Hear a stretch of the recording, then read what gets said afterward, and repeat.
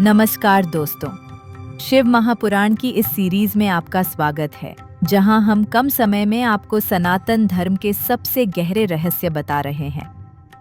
पिछले भाग पार्ट 4 में हमने देखा था कि ब्रह्मा जी ने अपने अहंकार के कारण झूठ बोला और भगवान शिव ने उन्हें श्राप दिया कि उनकी पूजा धरती पर नहीं होगी। लेकिन दंड अभी पूरा नहीं हुआ था। ब्रह्मा जी का वह 5वां सिर जिसने झूठ बोला था, उसे अभी सजा मिलनी बाकी थी। तो चलिए जानते हैं भाग 5 में काल भैरव के क्रोध की कहानी। शिव महापुराण के अनुसार उस समय ब्रह्मा जी के 5 सिर हुआ करते थे, 4 वेदों का पाठ करते थे और 5वां सिर अहंकार से भरा था। जब शिव जी ने ब्रह्मा जी को फटकारा तो ब्रह्मा जी का वह 5वां सिर क्रोध में जलने लगा।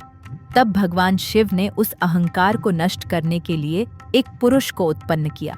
शिव जी की भ्रिकुटी से एक भयंकर स्वरूप प्रकट हुआ। हाथ में त्रिशूल, आंखों में अंगारे और शरीर का रंग काला। शिव जी ने उन्हें नाम दिया काल भैरव। उन्होंने आदेश दिया, हे कालराज, तुम इस अहंकारी के गर्व को नष्ट करो। आज्ञा मिलते ही काल भैरव ने ब्रह्मा जी के उस 5वें सिर को पकड़ लिया जिसने झूठ बोला था, और देखते ही देखते केवल अपनी बाएं हाथ की उंगली के नाखून से उस सिर को काटकर अलग कर दिया। ब्रह्मा जी का अहंकार टूट गया। वे भयभीत होकर शिव जी के चरणों में गिर पड़े। भगवान विष्णु ने भी शिव जी की स्तुति की और उन्हें शांत किया। शिव जी शांत हुए और उन्होंने ब्रह्मा जी को क्षमा कर दिया। लेकिन काल भैरव के हाथ में वह ब्रह्मा का सिर जा चिपका रह गया। चूंकि ब्रह्मा जी एक ब्राह्मण और सृष्टिकर्ता थे, इसलिए उनका सिर काटने पर काल भैरव को ब्रह्म हत्या का पाप लग गया। भगवान शिव ने भैरव से कहा, तुम्हें इस पाप से मुक्ति पाने के लिए कपाल व्रत धारण करना होगा और भिक्षा मांगते हुए तीनों लोकों में घूमना होगा। काल भैरव तीनों लोकों में घूमे, लेकिन वह कपाल उनके हाथ से नहीं छूटा। अंत में जब वे शिव की प्रिय नगरी काशीपति वाराणसी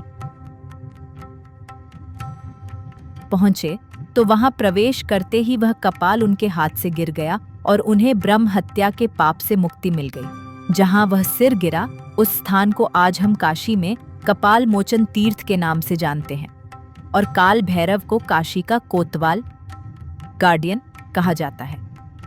तो दोस्तों, यह थी कहानी कि कैसे ब्रह्मा जी 5 सिर से 4 सिर वाले हुए और कैसे अहंकार का नाश हुआ।